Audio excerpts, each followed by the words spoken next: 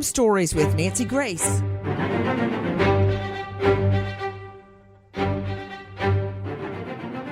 A 26-year-old Yale graduate student set to be married, gunned down. Why? What do we know now? I'm Nancy Grace. This is Crime Stories. Thank you for being with us here at Fox Nation and Sirius XM 111. Listen to this. I heard a gunshot, a woman scream, several shots after that. A neighbor recalls the harrowing details of what occurred at the corner of Lawrence and Nicole Street at 8:30 Saturday night. Waited about a minute, came out and saw the body laying there. The deceased has been identified as 26-year-old Kevin Jiang of West Haven. Yale University confirms he was a graduate student in their School of Environment. He was a member of the class of 2022. Multiple witnesses confirm hearing between 3 to 6 shots. I'm still shaken up about it. All night, we were all in disbelief. The entire Yale community and many groups and organizations Jiang was a part of are carrying that disbelief as well. Think about it. This 26-year-old Yale grad student set to graduate this month, but instead shot down multiple times in the street, unarmed, as if he was chased, as a matter of fact. What do we know about Kevin? I know that he earned a degree at University of Washington, Environmental Studies. He was very close to completing his graduate degree. That's not easy. A devout Christian, member Trinity Baptist Church, played piano, helped with the homeless, worked on the soup line, and was very much in love with another grad student. In fact, their wedding was set. That was not meant to be when shots rang out. I'm just trying to imagine in that small college town what that was like. You were just hearing from our friends at Fox 61. Now take a listen again to our friends at Fox. Police say they received multiple 911 calls reporting gunfire and a person shot in the area of Nash Street and Lawrence Street. The victim, 26-year-old Kevin Jiang. He was shot multiple times and died on scene, according to police. Died on the scene, according to police. Now, take a listen to Tony Aiello, CBS 2. A sense of shock and sadness has settled on the Yale University community after the Saturday night shooting death of grad student Kevin Jiang. I don't have a memory of him where he wasn't smiling and happy, and even if you didn't agree with all of his views, he was more than happy to be your best friend. 8:30 Saturday night, residents in the East Rock neighborhood heard the distinct sound of gunfire. One man spoke to me off camera. I heard around 7 rapid gunshots. I turned the lights off because I was scared. Police say someone shot Jiang multiple times. He was found near his car, which had rear-end damage. One possible motive police are exploring: violent escalation after a road rage incident. We're exploring every possibility, including whether or not there was an accident that precipitated this incident, whether or not it was a road rage. We do have very specific leads that we're exploring, but we're not ruling anything out at this time. Joining me, an all-star panel to make sense of what we are knowing right now in the case and the investigation. High-profile lawyer joining me out of Jacksonville, Dale Carson, former FBI, now lawyer and author of Arrest Proof Yourself. Renowned psychologist, Dr. Jory Crausen, faculty, St. Leo University, consultant and author of Operation SOS, Dr. Michelle Dupree, forensic pathologist, medical examiner, detective, and author of Homicide Investigation Field Guide. Irv Brandt joining me, former U.S. Marshal Service, International Investigations Branch, author of Flying Solo, Top of the World on Amazon, and you can find him at irvbrandt.com. But first, to Alexis Tereszczuk, crimeonline.com investigative reporter. I want you to describe the scene for me the night that Kevin was shot down. I find it very significant. Kevin was unarmed. There was no robbery. There was no sex attack. And his car had been recently, very recently, rear-ended. Describe to me what happened. And this was right at the Yale University campus, correct? Yes, this is right by Yale in New Haven, Connecticut. This is February 6th, 2021. There is snow on the ground. This is the height of winter. Tons of snow, feet of snow on the ground. There's snow on the streets. You can see it. Jiang is in his car. He is driving. He is all of a sudden hit from behind. So you think, oh no, this is a road rage thing, right? The vehicle then, so he gets out of his car, and that is when he is attacked. A man comes up to him and starts shooting at him. He's actually holding his backpack. And in fact, let me back up a little bit. He is hit. He stops his car. He turns on his hazard lights. Exactly what any of us would do when you're rear-ended, right? You're not smashed into a tree. You're okay. You're able to get out. You're going to talk to the person. You're going to exchange your insurance and your license, and you're going to go home and hopefully get your car fixed. So he gets out of the car. He has his backpack, maybe to give his license and his registration. And that is when he is shot multiple times. There's a scream heard because this is in a residential neighborhood. There are homes right on the street, lots and lots of homes on all four sides of it. Fall to the ground, and then witnesses say the shooter stands over him with the gun and fires twice directly at his body. I want to go through what you just said there at the very end. Dale Carson joining me, former Fed with the FBI, now lawyer in Jacksonville. Dale, did you hear what she said at the very end? That the shooter then stood over the body and continued shooting. What do you make of that? Real extreme anger and perhaps jealousy. Anytime you shoot somebody in the face and you're making sure that they're dead, there's something going on in that relationship between the two individuals. So you're suggesting there is a relationship between the two. Let me go now to renowned psychologist joining us, Dr. Jory Crossan. Dr. Jory, the shooting in the face, directly in the face, is really not that common. Now that's very personal, okay? Just like Dale was saying, there's some sort of relationship there. And again, looking at the behavior, the car being struck like that and then getting out, and it appears that the shooting was almost immediately. It was like not even words exchanged. It was like his behavior was intent to get the driver out of the vehicle and to shoot him. To Dr. Michelle Dupree, forensic pathologist, medical examiner, and author. Dr. Dupree, you have seen, you've worked so many autopsies and homicide scenes. Typically, when we hear someone being shot in the head, it's from the back or the side, execution style. But in the face, as the person, the victim, is lying on the ground, is a whole nother thing. Explain. Exactly, Nancy. And as your other guests have said, this is very personal. This person wants to see what he's doing. He wants to make sure that this person is dead. He wants punishment. Guys, this young grad student has a devastated family. Take a listen to our cut 20. 26-year-old Kevin Jiang was shot and killed in New Haven near the Yale campus 11 days ago. He was found lying near his car, shot multiple times, later dying at the scene. The environmental science student laid to rest by fellow members of the National Guard and remembered by loved ones, including his mother, who says she was in disbelief after learning her only son was murdered. Kevin was my beloved only child.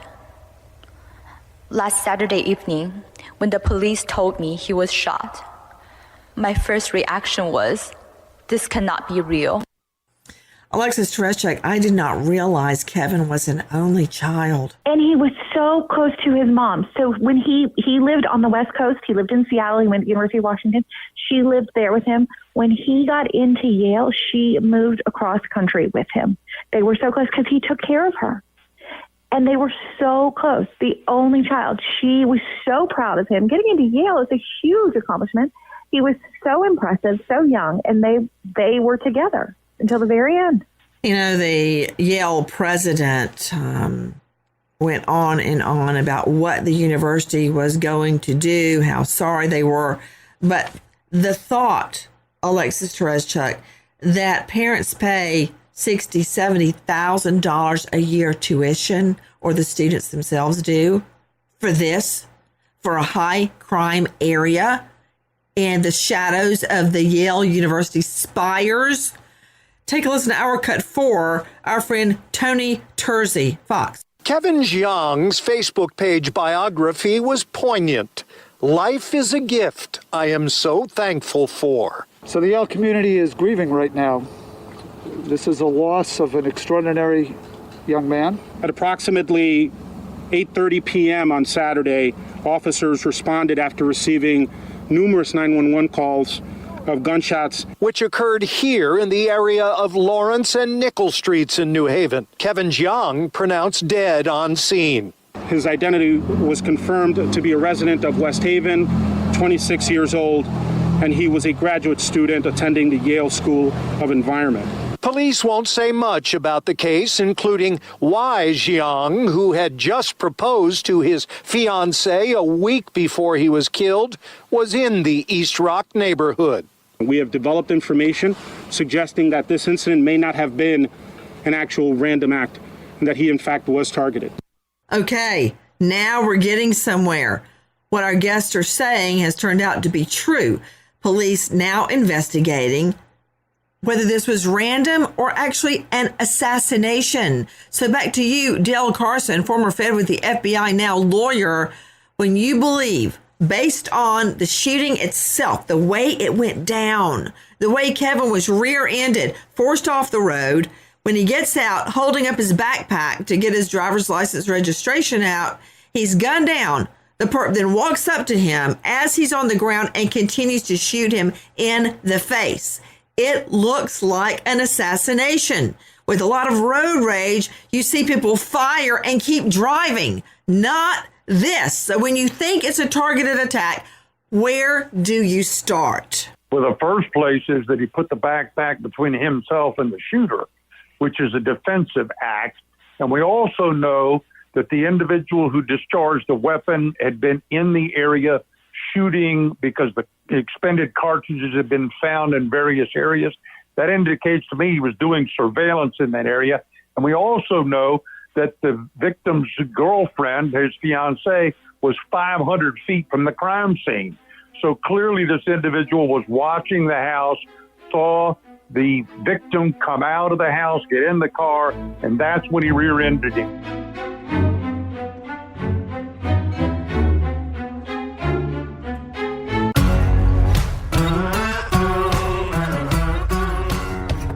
Crime Stories with Nancy Grace.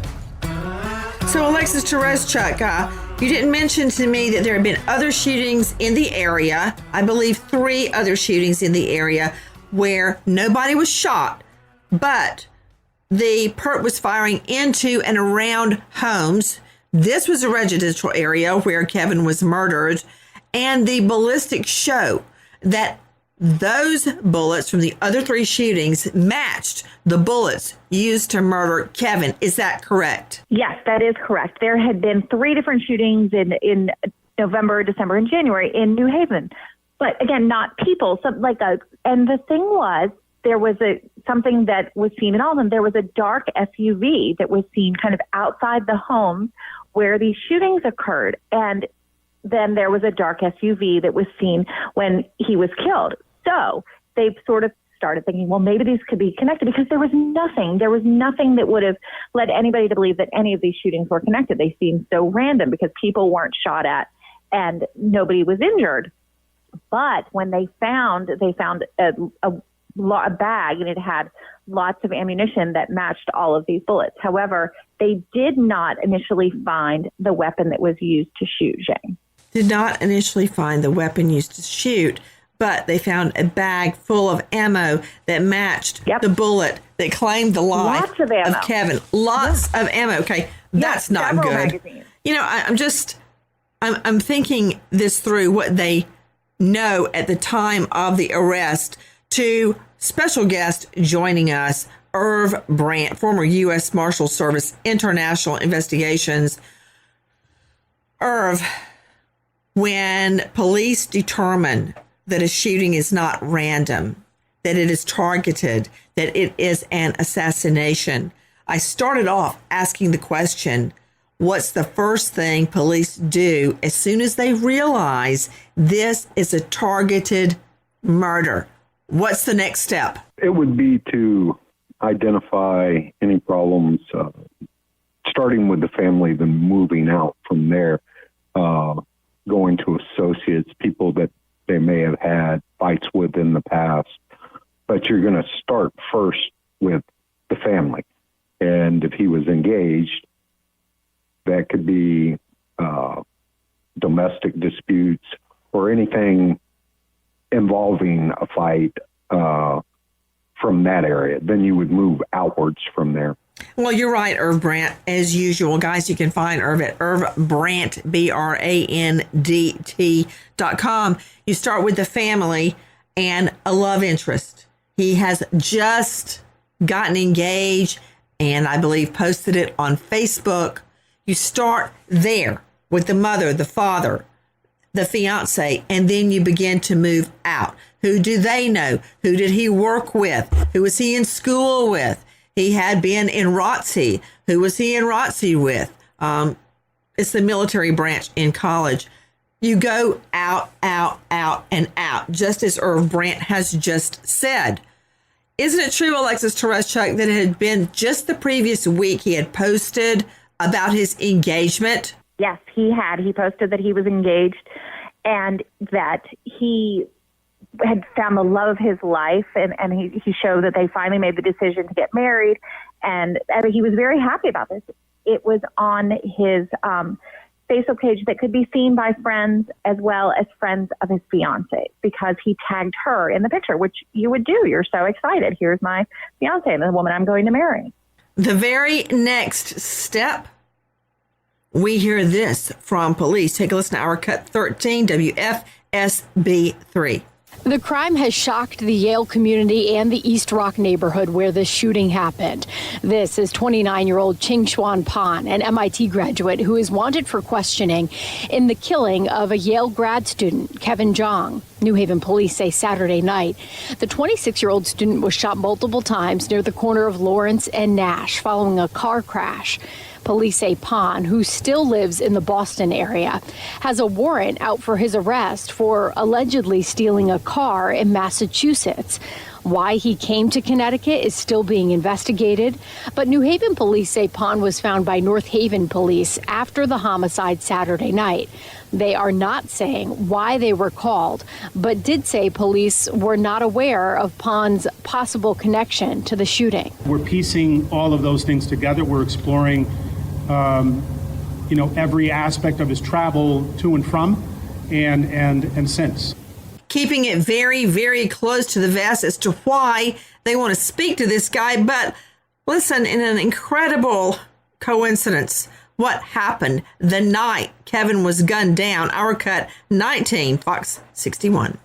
Sources have told Fox 61 over the past few days that North Haven police, when they encountered Pan within an hour after that murder last Saturday night because he was stuck on some train tracks at the Sims Metal business, the sources have told me that North Haven police could have had him in custody. They said it was clear that the man was under the influence of alcohol and that North Haven police didn't run the plates on the car. Well, Chief Kevin Glenn told me today, he's the North Haven chief, that's not true. There was no reason to run a breathalyzer, a field sobriety test, and we did check his license, we did run the plates on the car, and it wasn't until several hours later that the car came back stolen. To Irv Brandt joining us, former U.S. Marshal with International Investigations. Irv, how many times have serious felons, perps, gotten hung up, caught because of a minor detail, a minor screw up?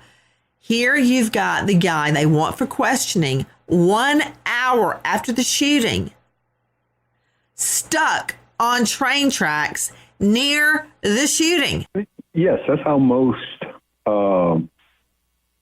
fugitives are apprehended, is a routine traffic stop for unrelated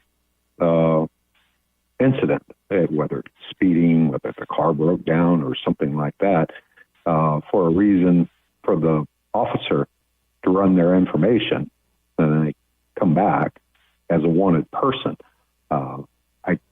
I don't know what happened in this case. Or we see things, Irv, or let me go to Dale Carson, for instance.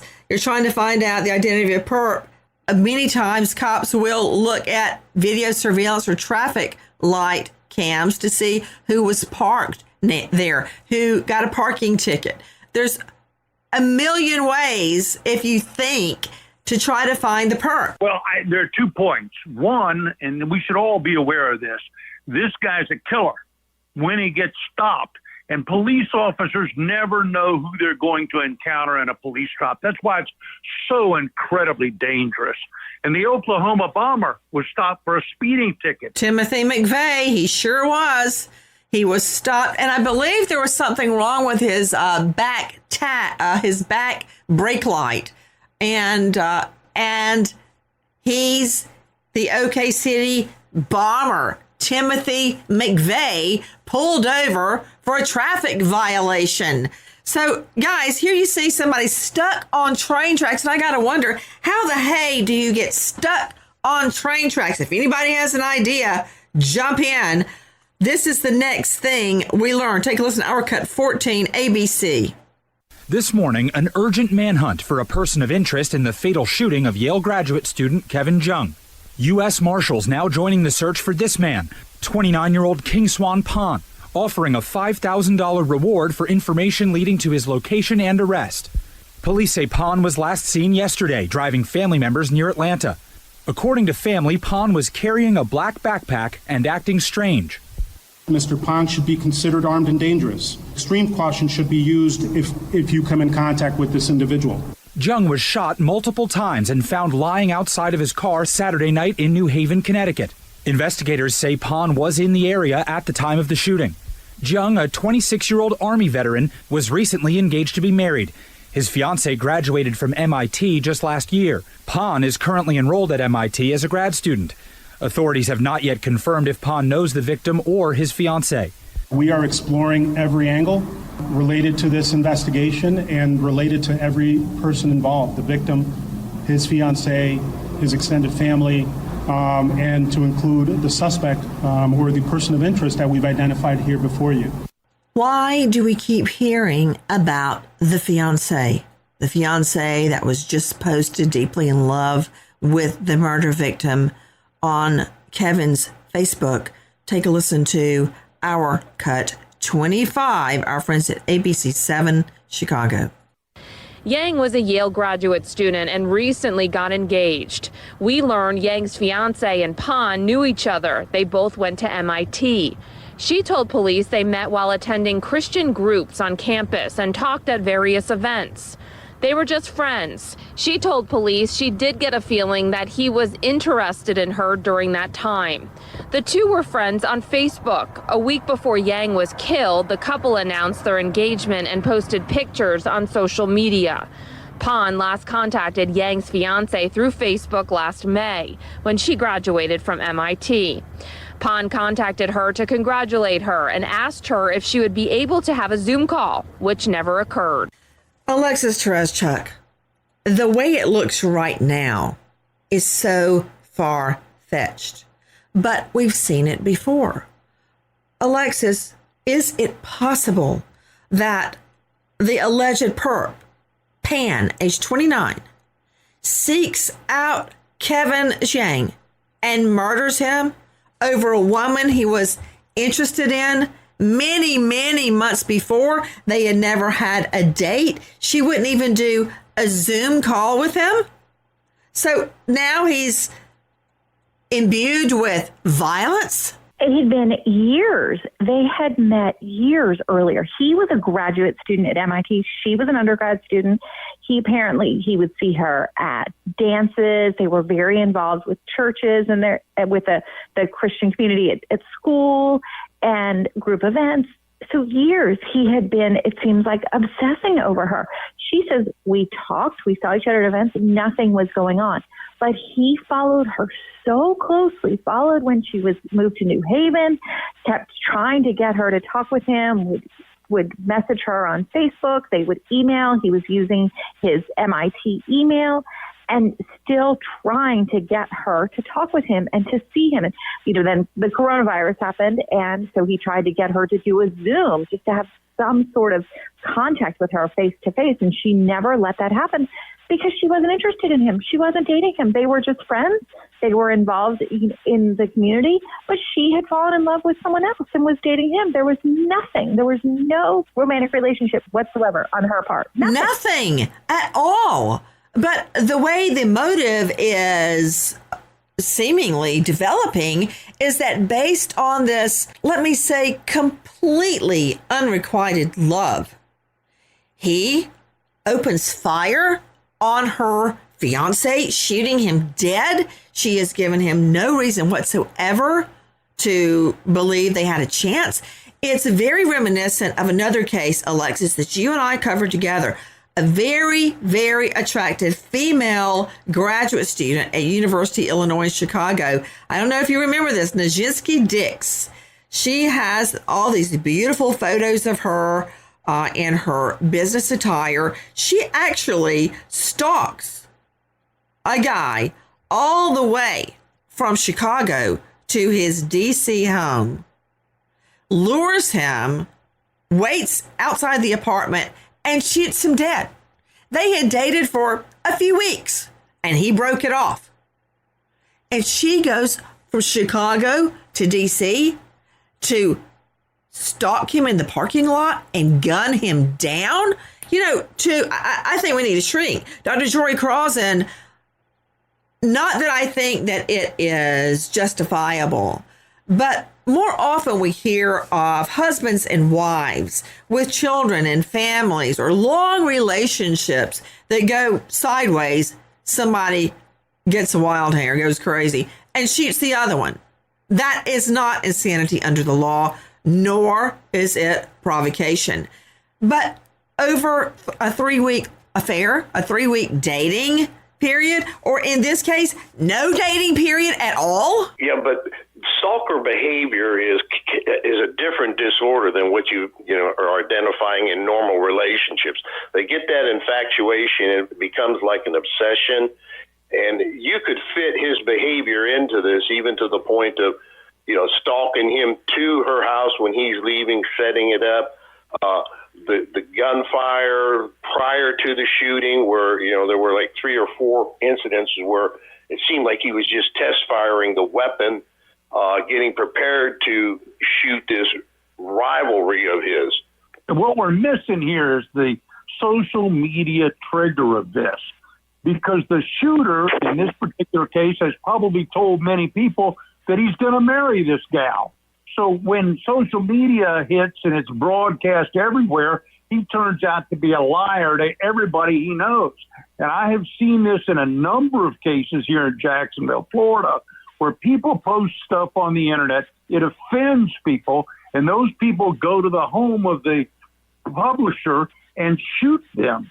So social media has a tremendous impact. Oh, my stars. You just brought to mind another case, Dale Carson. We just covered the case of a gorgeous little teen girl influencer. What was her name, Jackie? Just precious. And some guy falls in love with her, tries to buy photos of her from her friends, actually travels to her home in Florida, shoots open the door, going in for her and her father. Her father had gone online and said, listen, my daughter is a teen. She's a minor. Stop trying to sleep with her. Go away. And this guy was so incensed. He travels all the way to Florida, shoots open the door, and comes in, guns a-blazing. Well, little did he know, her dad was a former cop, I think was in New Jersey, and gunned him down instead. So what you're saying about the power of social media, she was a TikTok star. That's what she was. Ava Majori. Yes, yes, yes. I mean, you're absolutely right, Dale Carson and Dr. Jory Crossan. Well, the manhunt is on. Take a listen to Our Cut 21, Jim Williams, CBS 2. On the run tonight, the man now wanted for murdering a Yale student from Chicago. Police in Connecticut issued an arrest warrant for Kinwan Pan. The MIT graduate is considered armed and dangerous. Pan is wanted for the February 6th murder of Yale student Kevin Jiang. Investigators say Jiang's killing may have stemmed from road rage. Those who knew Jiang here in the Chicago area are anxious for an arrest. It'll give some of us who, are upset with what happened to Kevin a little bit of closure. Pan is believed to be somewhere in the Atlanta, Georgia area. U.S. Marshals are offering up to a $10,000 reward to help catch him. That was not the motive at all. It was not road rage. Listen to our Cut 22, our friend Erica Arias at Fox 61. U.S. Marshals have now secured an international warrant for the man wanted for the death of a Yale grad student. Kevin Jiang was killed 2 months ago, back on February 6th. And now that we know, U.S. Marshals have secured an Interpol red notice for this man here, 29-year-old Qingxuan Pan. Now, he initially was just a person of interest in the case, but he is now a suspect, and we're told he will be charged with murder once he's tracked down. It's unclear if investigators are sure he is out of the country or where he may be heading. He is from China. Pan was last seen less than a week after Jiang's death in Georgia.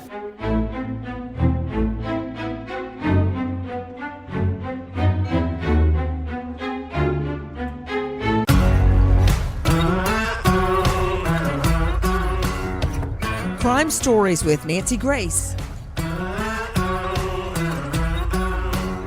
Straight out to Irv Brandt, former U.S. Marshal Service International Investigations, author of Flying Solo, Top of the World on Amazon. Irv Brandt, what exactly is an international warrant, and how is it different from any other arrest warrant? Well, the arrest warrant, once it's adopted by the U.S. Marshal Service, would go to their representative at Interpol, and they would immediately do what's called a dissemination of the warrant. It looks like a red notice. It has the Interpol logo, and they would send it out to whatever countries they suspect the suspect may be fleeing to. Then while this is going on, they would work through the Assistant United States Attorney to obtain a red notice to be published to all member countries at Interpol. Especially in this case, Irv, where he has such tight connections in China. Correct. It would be a high priority case, and they would send out the disseminations immediately, even before the red notice was published. So countries would have a warning that this was coming, that the red notice would follow once it was signed off by the legal section of Interpol. Irv, he was reportedly spotted in Atlanta, and I can't help but believe he was trying to leave the hotspot of the northeastern states of the U.S. and get to the Atlanta airport, known for its international flights. That would be a good assumption. Also, when you got to remember, in a fugitive's mind, they figure they're the center of attention of the entire world. They're paranoid. To go to an international airport like Hartsfield International that has such a law enforcement presence would take someone with a tremendous amount of nerve, to walk in there and walk past all those police officers, to go through this security checkpoint. It may have been his intention.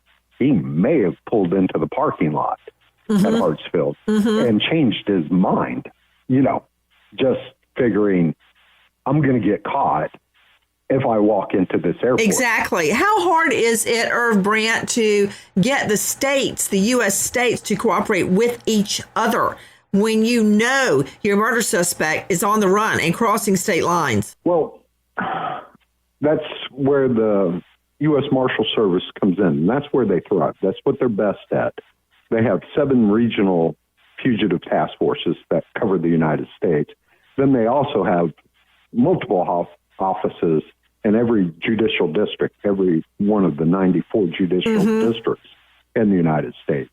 And their fugitive investigative network is extensive. I mean, the largest in the world, made up of, task force officers, state, local, federal, tribal police. I mean, everywhere. So, once the Marshal Service gets their hands on it, the resources at their disposal is unparalleled. It's unmatched. And I've always said about fugitives, you don't want to get the undivided attention of the United States Marshals. No, you don't. No, you don't. I first learned a lot about the U.S. Marshals when my investigator in the Fulton County DA's office, Robert McMichael, left our office, and I loved him so much. He had an NFL ring. He was this huge guy, and we went everywhere together in my first year or so at the office investigating cases. He went on to become the U.S. Marshal for the Northern District of Georgia. And when I learned what he did for the U.S. Marshal Service, it's amazing the power and the reach of the U.S. Marshals. Well, this guy on the run, Pan, was no idiot. But listen to our Cut 29 NBC. After eluding capture for 3 months, Xing Pan was described by prosecutors as a danger to society and a serious flight risk. New Haven Superior Court Judge Brian Fisher agreed and sent a very strong message, setting bond at $20 million. Pan is accused of murdering Yale student and U.S. Army veteran Kevin Zhang on the evening of February 6th. Police say they found Zhang face down in a New Haven street with multiple gunshot wounds to the head. Pan was identified as a person of interest, and pursuit stretched from Connecticut to Alabama. Prosecutors say when Pan was arrested Friday, he was in possession of $19,000 in cash, 7 cell phones, 7 SIM cards, and his father's passport. While the state asked for bond to be set at $50 million, the judge set it at $20 million. Alexis Tereszcuk joining me, crimeonline.com investigative reporter. It sounds like Scott Peterson all over again. Remember how Peterson had all that cash, fake, his brother's driver's license, all sorts of camping gear, a ton of Viagra. I guess he was going to need that on the run. But here you've got Pam with 19 grand, 7 cell phones, 7 SIM cards, and his father's passport. Totally on the run. And with a passport, it means he was going to try and leave the country. No wonder his bail's at $20 million. That's exactly what. And remember, Scott also had bleached his hair blonde, as if he thought that little surfer hairdo could stop people from recognizing him after his face was flashed all over the world for murdering his wife. But that was the thing with Khan. He was hiding out. It had been months since he had shot Zhang, and it appeared, with his father's passport, that he was going to flee the country. Now they want a bond reduction. Pan has already been arraigned, but he will come back into court in the days to come. He will give a formal entry of a not guilty plea, and we are headed to trial. The arrest warrant reveals a lot about the evidence they've got so far against Pan. What do we know so far, Alexis? What is the evidence? So much evidence. Let's start with the scene. They have the bullets. However, they don't have the gun. But what they do have are multiple witnesses. So many people. And there is security footage that shows the initial car accident. It's no accident. I would call it a crash. He goes and gets a rental car, and we have those documents in surveillance video. That was later, another car reported lost or stolen. He's using a different car than his own or anything connected to him. It was no accident. The video shows, does it not, Alexis Tereszcuk? He intentionally rammed Kevin from behind. Yes, it does. And then it shows Kevin getting out of the car. I'm sorry, that's not true. You cannot see Kevin get out of the car because they move a little bit and it moves out of the scene of the camera lens. So, but you can see the initial crash. So then they have all of the DNA evidence there. You know what is found in the car that Pan drove away? Blood. There is blood in the middle console because he's shooting somebody, 3 times, fired eight times. He has blood on him, and they find his blood or Kevin's blood inside the car. Also in the car, they find a mask. Remember, again, COVID-19. He at one point had a mask on. The mask has Pon's DNA on it. To Dr. Michelle Dupree, former forensic pathologist, medical examiner, Dr. Dupree shot multiple times, bleeding out on the street 500 feet while his fiance waiting inside. How long did he live? Remember, he took the first shot, and then, according to police, Pan comes up and shoots him in the face. What did he endure before death? Nancy, it's likely that he was terrified. The first shot brought him down. He knows what happened. Then he sees the shooter standing over him. He's terrified. He's fearful. He's scared. It likely took him probably a minute or two until he lost consciousness and then eventually bled out. Just think of what Kevin's mother and fiance are going through. This was her only child. To think of him dying in the street, slowly losing consciousness before he's shot in the face. Over what? I, for one, cannot wait for the trial to commence. Nancy Grace, Crime Story, signing off. Goodbye, friends.